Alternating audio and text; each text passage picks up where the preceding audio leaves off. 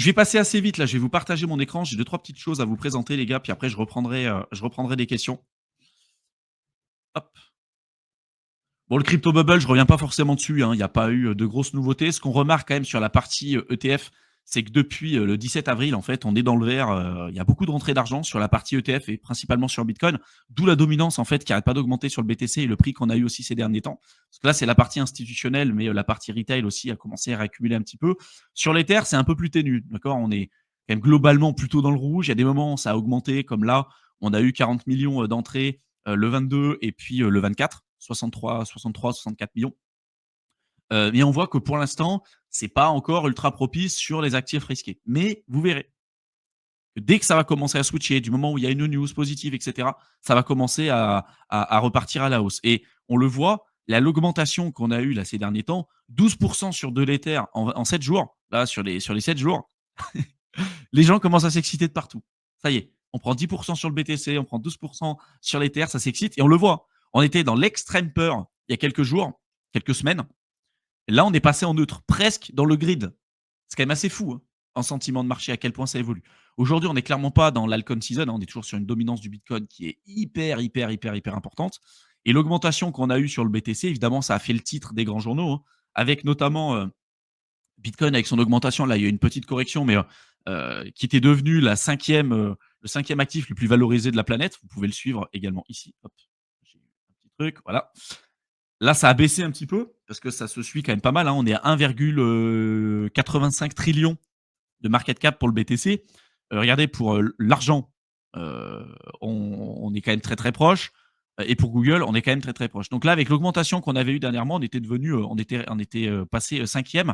Pour moi, quand vous voyez le premier, donc le premier actif le plus valorisé au monde, si on exclut les marchés complets comme l'immobilier, la bourse, etc., vous avez l'or. Et il y a plein de graphiques que je vous ai présentés sur le compte Twitter euh, qui vous démontrent en fait pareil que c'est qu'une question de temps avant que le BTC dépasse la partie or. Parce que le Bitcoin s'adresse au marché de la réserve de valeur de manière générale et c'est un marché de 330 trillions de dollars. C'est énorme. C'est énorme. Aujourd'hui, le marché de la réserve de valeur, là, pour le Bitcoin auquel il est adressé aujourd'hui, c'est que dalle, c'est peanuts. On est à 3% d'adoption sur le BTC. Sur l'Ether, c'est vraiment rien du tout, d'un point de vue mondial. Et quand vous voyez où est-ce qu'on se situe aujourd'hui, le prix à l'heure actuelle, et où est-ce qu'on se dirige, mais c'est une bénédiction, en fait, de ce qu'on voit aujourd'hui. D'où l'intérêt d'avoir une vraie vision long terme qui n'est pas que momentanée sur le court terme et d'accepter, en fait, des périodes comme on voit aujourd'hui. Parce qu'en fait, en soi, c'est avec le futur qu'on s'en rendra compte, mais c'était une bénédiction. Comme ce qu'on a connu par le passé. Toutes les périodes de peur, de crainte qu'il y a eu sur le Bitcoin et sur la crypto de manière générale depuis sa création, mais on compte même plus. On compte même plus. Sur l'Ether, sur le BTC, sur le machin. Et à chaque fois qu'il y a eu des périodes pires que ce qu'on connaît aujourd'hui, à chaque fois, ça a été des super moments pour acheter. À chaque fois. On verra par la suite, est-ce que ce sera pareil, on verra. Mais voilà, ne perdez pas de vue l'objectif final. Et quand je vous parle de survie dans la crypto, d'être là quand finalement le marché reprendra et quand on arrivera finalement sur la ligne d'arrivée, c'est on fera les comptes à la fin. C'est qui sera là vraiment sur la ligne d'arrivée. Il y en aura beaucoup qui se seront fait rincer au fur et à mesure et qui seront peut-être passés complètement à côté de l'innovation et des performances parce qu'ils auront été trop greedy, ils ont essayé de surperformer le marché, ils ont essayé de faire plein de trucs sans prendre le temps aussi de se former. Ça aussi, ça prend du temps, hein, de se former et de comprendre qu'on n'a jamais rien sans rien. Si demain tu veux partir sur des altes compliquées, spéculatifs, machin, et que tu veux pas faire juste full BTC, a priori, il y aura des choses à connaître. Si tu veux faire de la DeFi, il y a plein de choses que tu peux faire en DeFi. Tu as des assurances décentralisées, tu peux faire des stratégies delta neutre. Enfin, il y a plein de choses que tu peux être amené à apprendre et à mettre en place. Et pareil, ça prend du temps. Sauf qu'une fois que tu as appris tout ça, après, c'est golden. C'est super. Tu peux faire tout ce que tu veux de manière décentralisée. Les plateformes d'échange centralisées, tu les utilises uniquement pour faire de l'achat de crypto et pour transformer crypto fiat, fiat crypto. Le reste, les échanges, le stockage, les rendements, le fait de trouver des projets intéressants, etc. Tout ça, en fait, tu peux le faire de manière décentralisée. Et aujourd'hui, la barrière d'entrée, elle est importante. Mais qui dit barrière d'entrée importante, dit opportunité énorme. Le jour où il y aura plus de barrière importante, ça fonctionnera plus. Il y aura plus autant de possibilités. Aujourd'hui, c'est ça le gros avantage. Mais c'est proportionnel au niveau de compétences et au temps aussi qu'on veut y mettre. Donc pour tous ceux que ça intéresse, ça aussi évidemment, on rentre énormément dans le détail et on vous permet, par exemple avec le programme Crypto Investisseur, de vous rendre autonome dans vos investissements. Vous avez tout ce qu'il faut savoir pour être autonome dans vos investissements avec le programme Crypto Investisseur. Et l'accompagnement, c'est ce que je vous ai dit tout à l'heure, c'est la step supérieure pour poursuivre en fait ce qu'on fait et on vous accompagne durant tout un cycle. Vous avez les 2 liens dans la barre d'infos. Et vous voyez, hein, là, pour moi, c'est qu'une question de temps avant qu'on passe sur la partie or. Et après, voir qu'on le dépasse, parce que le Bitcoin, tout le monde dit, ouais, c'est pas la même chose que l'or et tout. La seule chose que le Bitcoin fait moins bien, d'une certaine manière, que l'or, c'est quoi? C'est son historique. Voilà. Pour l'instant, l'historique du Bitcoin est bien plus courte que celle de l'or. Mais sinon, il fait presque tout en mieux. Résistance à la censure, le fait de pouvoir le transporter comme vous voulez, la décentralisation, le fait que vous le détenez vraiment en nom propre et quelque chose de physique. En fait, les propriétés de l'or que vous voyez, c'est la même chose, mais de manière digitale, en fait, globalement sur le Bitcoin avec des avantages supplémentaires. C'est pour ça qu'on l'appelle aussi le Bitcoin l'or digital. Hein, d'accord, c'est pas pour rien. Et puis, dans des périodes comme ça, on commence à avoir des nouvelles prédictions. Alors, le fameux Robert Kiyosaki, hein, que j'apprécie particulièrement et je pense qu'il y a eu un impact énorme pour tous ceux qui investissent dans le côté entrepreneurial et tout, et qui dit aussi vraiment énormément de conneries. Malheureusement, alors je sais pas si c'est volontaire ou pas volontaire, mais tiens, je vais vous le montrer maintenant. Je voulais pas vous le montrer tout de suite, mais regardez. Ça, c'est tous les tweets que j'ai récupérés de Robert Kiyosaki qui disait que le crack du siècle sur le marché boursier tradi, ça allait arriver. Et ça, il le fait. Alors, j'ai pris que depuis 2009, d'accord, hein, mais il le fait depuis très, très, très longtemps. Et c'est pareil pour Peter Schiff, c'est pareil pour plein, plein, plein de personnes qui sont très loin d'être cons, d'accord, mais quand elles s'entêtent sur un truc, vous verrez que c'est des gens qui peuvent avoir tort, mais pendant des années. Et ce fait d'avoir tort là et de s'entêter sur un truc, c'est un coup d'opportunité qui est énorme. Peter Schiff qui dit que le Bitcoin c'est de la merde depuis des années, il aurait pu acheter du BTC à 10 balles, même à 1 dollar avec Max Kaiser. Il aurait pu avoir du BTC à 10 balles, 100 balles, 1000 balles, 10 000 balles, 100 000 balles. Bah, vous verrez que quand il sera 1 million, le BTC continuera de dire que c'est de la merde, ça va être le crack du siècle. Il va repartir à zéro. Puis peut-être quand il sera à 5 millions, le truc, il dira bah non, non, c'est bon, c'est encore une bulle. Et en fait, c'est des mecs qui sont encore une fois loin d'être cons, hein, mais qui ont tort sur toute la ligne depuis des années et des années et des années, sur plein de trucs. Hein. D'accord. Robert Kiyosaki, pourquoi il dit que le marché financier, c'est de la merde? Parce qu'en fait, il n'en a pas en portefeuille, il n'y croit pas. Lui, le gros de son portefeuille, c'est quoi? C'est Bitcoin, c'est métaux précieux, c'est ses droits d'auteur sur ses bouquins, certaines entreprises qu'il a créées, d'accord. Il a une boîte aussi de formation en ligne et tout, mais voilà, si j'exclus ces entreprises, c'est surtout aussi de l'immobilier, d'accord. Warren Buffett, lui, il n'a pas d'immobilier, il n'a pas d'or, il n'a pas de Bitcoin. En tout cas, pas directement. Je crois qu'il y a une banque sur laquelle il a investi qui maintenant achète du BTC ou propose des produits à base de Bitcoin pour leurs clients. Mais lui, il est full stock market, quoi. Hein. Ray Dalio, c'est pareil.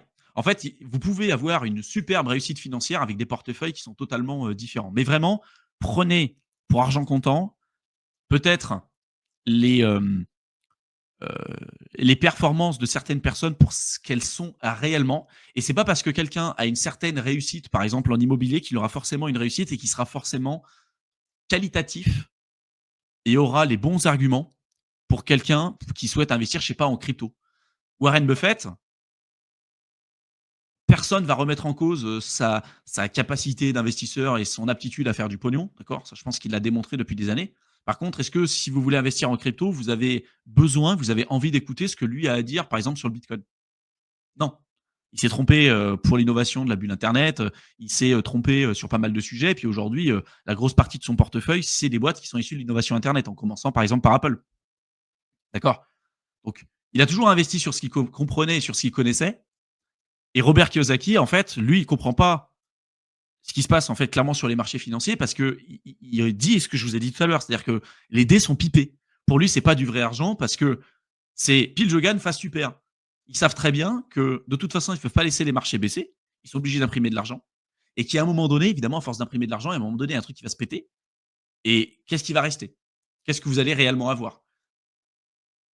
Pour moi, tout ne va pas s'effondrer, hein, évidemment. Hein. Si demain, il y a vraiment un truc qui pète, il n'y a pas tout qui va s'effondrer. Il y a des entreprises qui étaient là bien avant. Tu as des boîtes qui ont plus de 100 ans, qui sont là depuis des années et des années, qui sont très résilientes, qui sont partout dans le monde et tout, et qui seront là plus tard, y compris dans des crises majeures. Donc en fait, par contre, il y en a plein d'autres, c'est sûr, qui vont dérouiller. Comme pendant la crise des subprimes, comme pendant la bulle internet, etc., etc. Les marchés financiers, tout comme la crypto, sont des marchés qui sont là pour rester. Par contre, quels seront les projets qui seront là par la suite? C'est là où c'est un peu plus compliqué. Et est-ce que vous serez là dans des périodes lorsque la capitulation aura lieu? Parce que quand la capitulation est là, à chaque fois que vous avez des mecs qui sortent des bois en vous disant c'est pourri euh, ou c'est pas le bon moment d'acheter, vous verrez que le marché à chaque fois il repasse à un plus haut sommet. Par exemple, en mars 2020, je ne sais pas si j'arrive à retrouver le truc là. Ah, par exemple, vous voyez hein, le crack du Covid là qu'il y avait eu ici. D'accord. Le crack qu'on avait eu pour le Covid, les mecs vous disaient c'est la fin, c'est l'équivalent de la Grande Dépression 1929, pas le moment d'acheter. Aujourd'hui, on est encore plus haut. Là, si vous regardez, on va regarder hein, S&P 500, regardez. S&P 500, voilà. Donc là, ça c'est le si je zoome un peu, je vais zoomer un peu, ça cette baisse là que vous voyez ici, c'est la baisse du Covid. Alors sur le coup, ça fait peur hein. On se dit OK, on est passé de 3000 à 2300. Évidemment, la crypto a dérouillé aussi sur cette période-là. Mais regardez après. Ah, il y a eu encore une correction là. Ça fait peur. Et puis on a augmenté. Et là, on est là aujourd'hui. On est là. Bon. Alors oui, ça peut descendre plus bas. Mais en fait, les mecs qui achètent pas, et c'est valable ce que je vous dis là, je vous le montre pour la bourse, mais c'est valable aussi en crypto. Hein. Les mecs qui achètent pas là, ils vont vous dire c'est pourri, c'est pourri, c'est pourri. Et quand le marché va repartir à la hausse, parce que regardez, hein, ça a toujours été le cas. Hein, et là c'est le S&P 500 depuis 96, mais on peut revenir bien plus en arrière. Et quand vous comprenez qu'en fait, vous attendez une énième baisse, et que quand bien même cette baisse-là arriverait, vous allez sans doute pas l'acheter parce que vous pensez que ça va descendre plus bas. Et quelques années après, même si vous aviez acheté le top ici ou le bas ici ou le top là, vous vous rendez compte que ce top là, il est bien plus bas que le plus bas de ce cycle ici et que le plus bas de ce niveau-là. Et donc en fait, le malheur des uns, encore une fois, font le bonheur des autres. Et c'est exactement la même chose en crypto. Exactement pareil. Sauf que quand ça augmente, bah, vu que la plupart ont vendu ou se disent ça va descendre plus bas, ils sont sous-exposés ou voire pas exposés du tout. Et du coup, ils rachètent. Sauf qu'au lieu d'avoir un prix d'acquisition moyen qui est par exemple de 3200, 3300, bah, ils ont un coût d'acquisition qui est entre 6000 et 5500. Et puis dès que ça rebaisse, rapidement ils se retrouvent dans le trou, ils n'acceptent pas cette volatilité. Du coup, ils vendent. Et quand ça remonte, c'est rebelote. Et à chaque fois, ils remontent leur coût d'acquisition moyen. Alors que s'ils ils étaient restés investis, bah, au fur et à mesure du temps, ça se lisse, la volatilité, et on se retrouve bien plus dans le vert, et jusqu'au moment où, en fait, même quand il y a des corrections, on est toujours dans le vert. Et pour en arriver à ce niveau-là, il faut être testé par le marché. Il faut accepter cette volatilité. Il faut accepter la douleur et l'anxiété de voir son portefeuille dans le rouge. Et beaucoup n'acceptent pas ça. Et si on ne l'accepte pas, bah en fait, on va vendre. Et quand ça va remonter, on va racheter et on va augmenter notre coût d'acquisition moyen et on sera toujours retesté. Parce qu'on aura toujours un prix d'acquisition qui va pas arrêter d'augmenter. Parce qu'on ne peut pas subir une volatilité de 10, 15, 20%, voire plus, évidemment, quand on est en crypto. Et donc, tout ça pour dire que, bah, évidemment, Robert Kiyosaki, je l'apprécie, mais il n'y a pas une prédiction qu'il a faite sur le BTC ou sur les marchés financiers depuis le début qui s'est révélée être vraie. Ça ne veut pas dire pour autant que c'est un abruti, que c'est un débile, ni quoi que ce soit, mais prendre les gens pour ce qu'ils sont réellement. Alors là, il te parle d'un bitcoin à 1 million de dollars d'ici 2035. Évidemment, d'ici 2035, tout le monde aura oublié. Et je vous rappelle quand même qu'il parlait d'un bitcoin comme Max Kaiser, un peu, hein, un bitcoin à 250 000, je crois, sur 2021. Et puis, du coup, après, il a retardé sa proposition là, de 250 000 pardon, sur ce cycle. Parce qu'au final, il s'est rendu compte que ce n'était pas le cas et que il s'était trompé. Donc en fait, il y a un moment donné, il risque de tomber juste, tu vois. Mais c'est ça que j'aime bien sur ces prédictions, c'est que très souvent, quand le marché reprend un petit peu des couleurs, très souvent les mecs ils sortent des bois et ils refont leurs prédictions. Et c'est la même chose avec Arthur Hayes. Hein. Hein, j'en parle beaucoup. C'est loin d'être un débile, clairement loin d'être un débile. Mais il y a eu énormément pareil de prédictions qu'il a faites, qui s'est révélé être du gros bullshit. Il a été blanchi aussi parce qu'il avait pas mal de jugements et pas mal de casseroles derrière lui. Il a été blanchi. Mais ça pareil, hein, on pourrait en parler pendant des heures, mais je vois pas comment il a pu être blanchi de tout ce qu'il a fait. Parce que franchement, si vous êtes sur la crypto depuis, comme nous, hein, depuis quand même un certain temps, vous avez connu plusieurs cycles, il y a eu énormément de casseroles qui traînent aussi, hein, ce mec-là. Loin d'être un débile, mais voilà, toujours pareil, dès que ça augmente, prédit une explosion, prédit tout un tas de trucs. Et généralement, ça arrive pas forcément.